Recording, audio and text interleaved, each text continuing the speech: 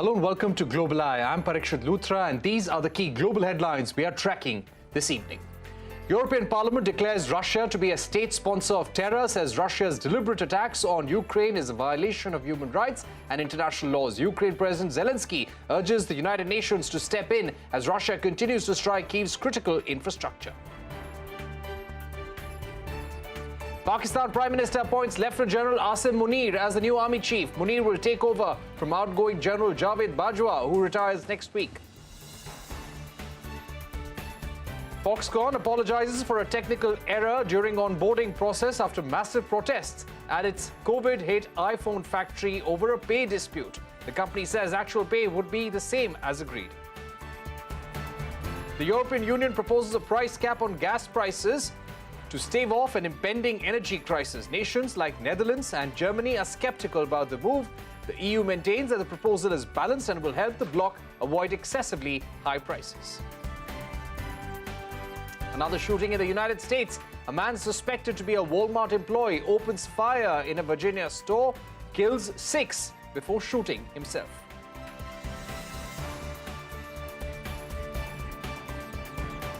The European Parliament has declared Russia as a state sponsor of terror, stating that Russia has violated human rights and the international humanitarian law. President Zelensky welcomed the move and urged the United Nations Security Council to act against Russia. In a video message, the president said, and I quote, "Today is just one day, but we have received 70 missiles. That's the Russian formula of terror." End of quote. Russia has been firing missiles at Ukraine's critical infrastructure like nuclear power plants. The attack on Ukraine's prime power grid left citizens without electricity or water, with Kyiv's mayor saying that nearly 70% of the city is still without any electricity. This has caused a ripple effect across the border, with Moldova losing power across half the country. Anna Chernikova, a reporter from the Voice of America, is joining us live from Kyiv right now. Anna, give us a sense of where you are right now. We have been reading reports of massive power cuts across Ukraine because of the Russian airstrikes that have been happening. What is the current situation? Hello. Well, I'm standing right next to one of the energy facilities that was almost hit by Russian missile for a couple of times already. I cannot, unfortunately, tell the exact location, but due to security reasons. But what I can say is that yesterday it was another massive attack on the Ukraine, particularly on the Ukrainian energy infrastructure. And today, the city of Kyiv and also other cities across Ukraine are still suffering from lack of energy, electricity, and water supply. It's still a big problem. So now it's still no electricity in many cities in Ukraine for the whole day today.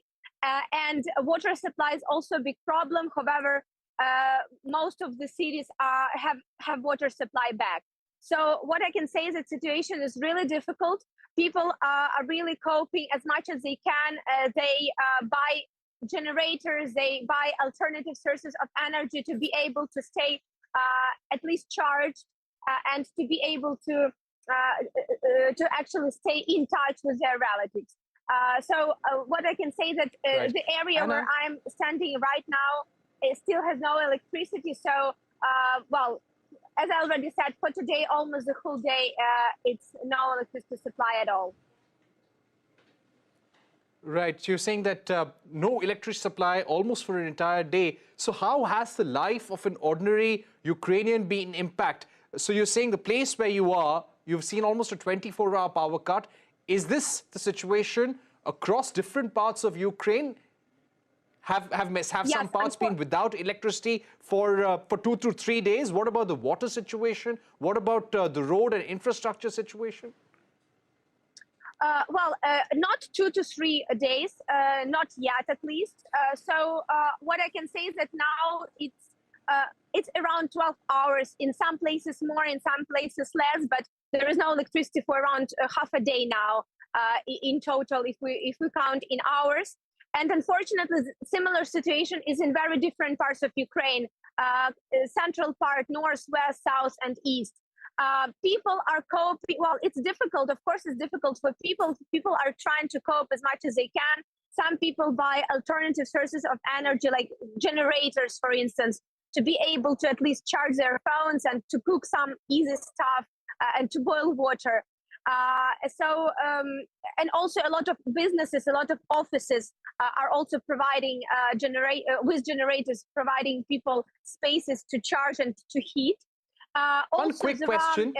Does the current situation impact the Ukraine military's ability to hit back at Russia? No, Ukrainian military continue their operations and continue their actions. It doesn't really, so they have their own separate sources of energy at the front line. And also for people, President Zelensky confirmed that it is already around 4,000 places, special points where people can come to heat and to charge. These places are around the town, and they have water supply and heat and electricity supply. So in case there is critical situation for a couple of days, people have certain place to go. Right.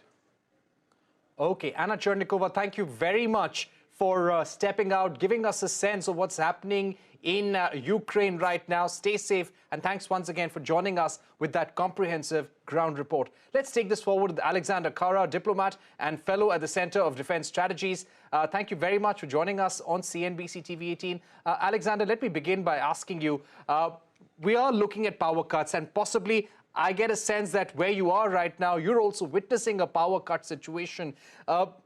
Does this somehow complicate things for Ukraine? And the current round of missile strikes on Ukraine's power infrastructure, energy infrastructure, what do you think is triggering this response from the Russians?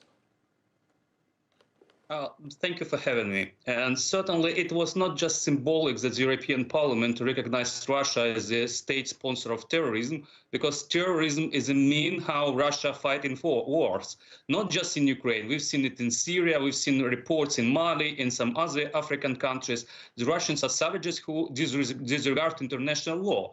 And having no ability to beat Ukrainian armed forces on the battleground, they turn to destruction of the civilian infrastructure, trying to break our will, trying to cause a huge outflow of Ukrainian refugees to Europe, undermining European support of Ukraine. But certainly it's failing. Yes, up to 40% of our energy facilities has been struck, and our heroes, I would say, the engineers are trying to restore it. I've been without electricity just for 5 hours. I'm privileged to live in the capital, and I know my parents just in outskirts have been without electricity for 48 hours already. And there are some other places in Ukraine with more, let's say, dire straits than we have. But anyway, it's not going to affect our will to fight back, and we are fighting the right cause, the war for independence of the neo-colonial power who wants to impose its will on us. So we have no choice but to fight back. Alexander, we're also reading that the last 3 nuclear power stations in Ukraine have been disconnected from the power grid. How could this complicate the energy situation for Ukraine going into winter? First of all, we should say that Russia is a major nuclear power who is waging war against non-nuclear power, the Ukraine. And then Russia seized. It's just the first in the world case when the country or the state is capturing the nuclear power station. In the beginning, it was Chernobyl power station, defunct Ukrainian nuclear power plant that, infamous in the world because of the disaster. And now Russians are taking hostage of the Zaporizhzhia nuclear power plant, the biggest in Europe. With these missile attacks, they cut off the supplies of energy from the rest of Ukrainian nuclear power plants, and they just pushed a bit of our infrastructure to the catastrophe. Because, if there is no power supply to the energy units, there would be a possibility of the nuclear disaster. Yes, it's really considerable, and the Russians rely on this harm to push Ukrainian government to accept unacceptable terms of the negotiations with Russia, which is actually laying down our arms and agreeing of being subjected to Russia. Alexander, do you feel that Ukrainians, it was already speculated that Europe will have a harsh winter, but looking at the kind of power cuts, looking at the water situation, do you think Ukrainians are heading for a very, very difficult time that will test their resolve in this war against Russia? Well, certainly we are into difficult times this winter, but I don't think that it will change the minds of Ukrainians, and they would press our President Zelensky or our government to agree on the Russian terms, because it's just, no, it's a genocidal war, and the world witnessed Borodyanka and some other places, and recently liberated from Russia. They've been killing innocent people. They are killing just children. Actually, you know, it's really symbolic with this missile attack. They targeted the hospital, the women's hospital near Kiev, and they killed 9, well, actually just newly born baby. This baby was born after the 9 months of the Russian aggression. So certainly it's going to test our resolve, but for sure Ukrainians are gathering to fight back. And you know, one of the first reactions on any missile attacks, Ukrainians are donating money for weapons for our forces to beat the Russians and to get them out of our land. All right. Alexander Kara, we've run out of time, but thank you very much for joining us. Despite being in a difficult situation, there are power cuts at the place where you are. Ukrainians are facing water shortages, food shortages. But despite that, the resolve of an ordinary Ukrainian has not been broken. Thank you very much, Alexander, for joining us. Shifting focus now to the measles outbreak that the World Health Organization is worried about. The outbreak has now spread to at least 26 nations, as well as large parts of India. The central government has rushed special teams for 3 states. The other major concern, record high COVID cases in China since the start of the pandemic. I caught up with Dr. Margaret Harris, WHO spokesperson, and I began by asking her about the outbreak of measles and the seriousness of it all. Our progress towards eliminating measles is really now threatened by major setbacks that started in 2020 during the COVID-19 vaccine pandemic. We're now seeing record lows of under-immunized or not immunized children. Nearly 40 million children now are really, really susceptible to measles outbreaks. So we're in a situation where it's an imminent catastrophe, but one that we can turn around if we take action now. And is this primarily because over the 2 years of the pandemic, the immunization for measles took a back seat? Everything really, unfortunately, took a back seat. We've seen that routine immunization of children was severely affected because the world was focusing on COVID. Interestingly, we didn't see large outbreaks of measles when so much of the world was in lockdown. But now we are seeing outbreaks, and now we've got, as I said, huge numbers of very young children who are susceptible. And this is a deadly disease. This is a big killer of young children. Which are the countries which could be the worst affected, and where you're seeing a big rise in measles cases? We've seen at least 26 countries reporting outbreaks. Now, one of the biggest problems is surveillance. So while I'm talking about outbreaks, we know that there are many more cases than are actually being reported because, again, countries were so focused on COVID that the testing, the tracking of measles that was going on before hasn't been happening. And now it's critical that countries really step that up to protect our most precious asset, our small children. Right. What about India? Any outlook on India? What is the situation with measles as far as India goes?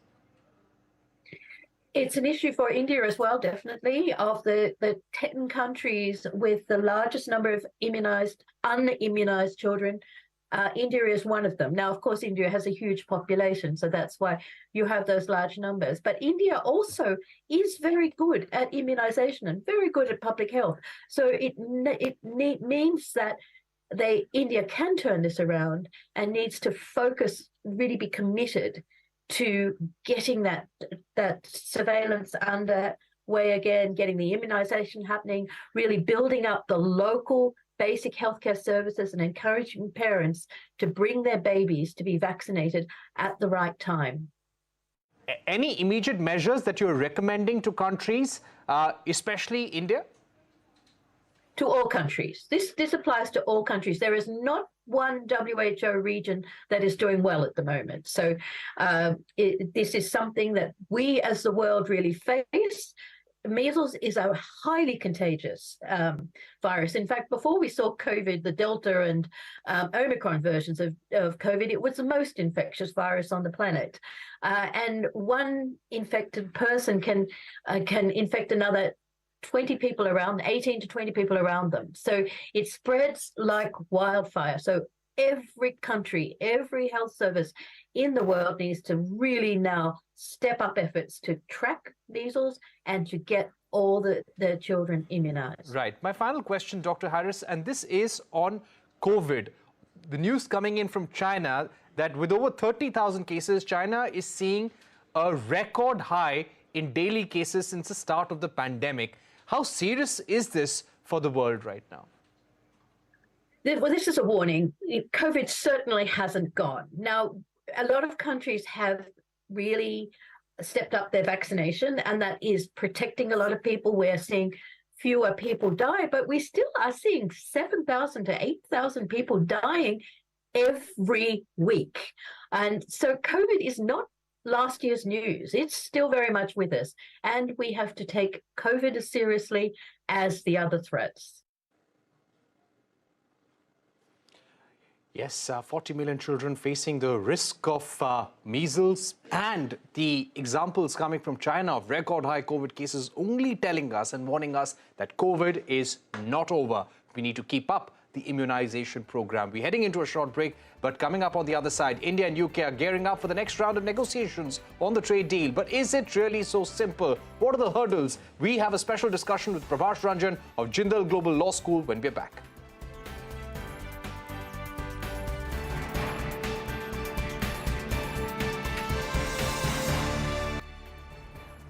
India and UK set to begin the next round of negotiations on the trade deal soon. Both countries have set an internal deadline to control negotiations by March 2023.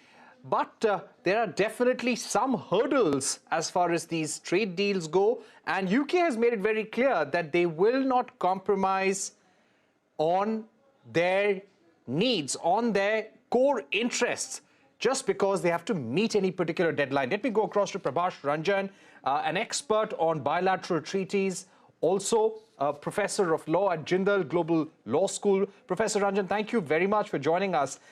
Let me begin with issues on tariff rates on key products like automobiles. This is a very core issue for the Indian industry. How do you think negotiations will play out on this front? Yeah, thank you, Parikshit, for having me on the show. Tariff rates is indeed a very, very important issue, and especially for automobiles, because UK is quite keen to push for a tariff reduction in the automobile sector.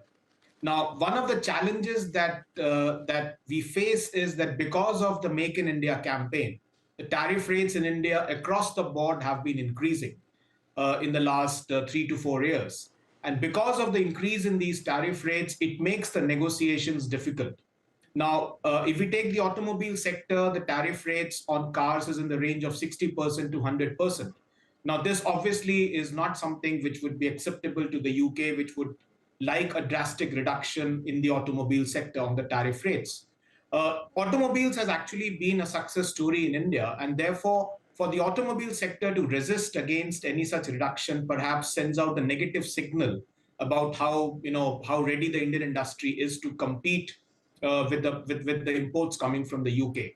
So I think that on this stand, unless or until India agrees and reduces the tariff rate, this will be a difficult issue between the two sides.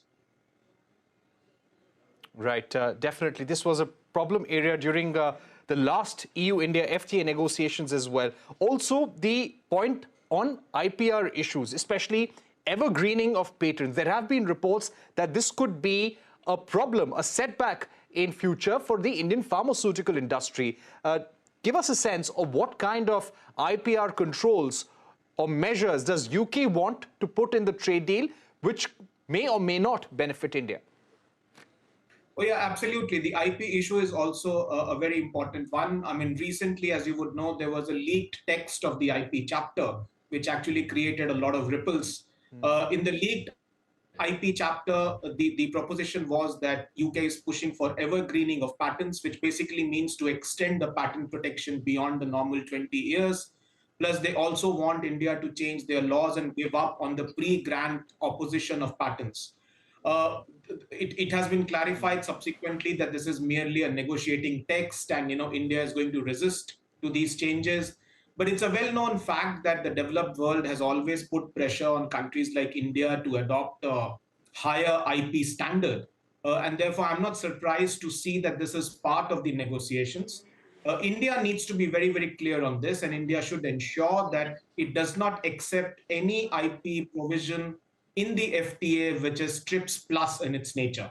So the Indian patent laws are compatible with India's WTO obligations, and India should insist on maintaining that even within the FTA.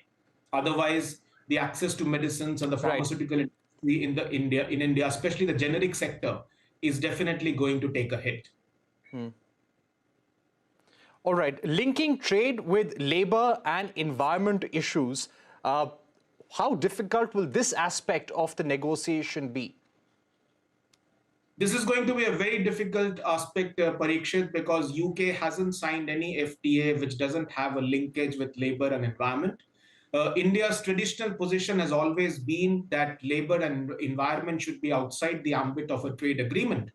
Now, what we hear is that there might be a compromise reached in the sense that India might accept these provisions as a best endeavor clause or a best endeavor chapter, which means India will not accept these as binding commitments. Now, whether UK will accept something like that or not is something to be seen, because, as I said, so far, UK wants the other side to have binding commitments on issues like labor and environment, which India is clearly against. Right. When it comes to mobility, yes, India has been wanting greater mobility of professionals, greater mobility of students to the UK, higher number of visas. Will this happen automatically due to negotiations at the highest political level? Because there is a pushback and there is a demand for limits to the migration from India as well. Yeah, I think one of the most important offensive interests that India has in all the FTA negotiations, not just with the UK, but also with the EU, is trade and services, because that is a major area in which India has a comparative advantage. Now, India needs to push for liberalizing the UK labor market so that more and more professionals from India can go and work in the UK. Unless or until there is a favorable outcome on trade and services, it will be very difficult for India to kind of derive the benefits that one expects from the India-UK FTA. There is going to be resistance in the UK for this. But we do hope that there will be some give and take and some compromise would be reached on this issue. All right, Mr. Ranjan, we've completely run out of time, but one quick question. Investment protection. The UK ambassador had also said that they won't want investment protection for UK companies investing in India. Will the Indian side be able to accept this? Well, in my view, India should accept it. This is a reasonable demand that the UK has been making. Investment is very much a part of the FTA. You can't have a comprehensive economic trade agreement or a economic agreement without investment chapter being a part of it. But on this, India's stand is not very clear. If we look at India's FTAs with Mauritius, UAE, Australia, they do not contain any investment protection features. And India hasn't come out very clearly what its stand on this issue is. Maybe India prefers to negotiate investment treaties separately from the FTA. But in my view, this does not make economic and legal sense.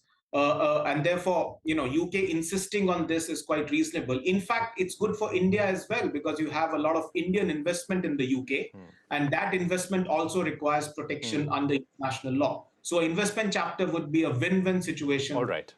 In my view, for both the sides. All right. Thank you very much, Mr. Ranjan, for joining us here on Global Eye, giving your view on the key issues that would crop up in the negotiations. And as the UK ambassador told us, the core part of negotiations on goods, services and investment protection will begin now. With that, it's a wrap. Thank you for watching. Goodbye.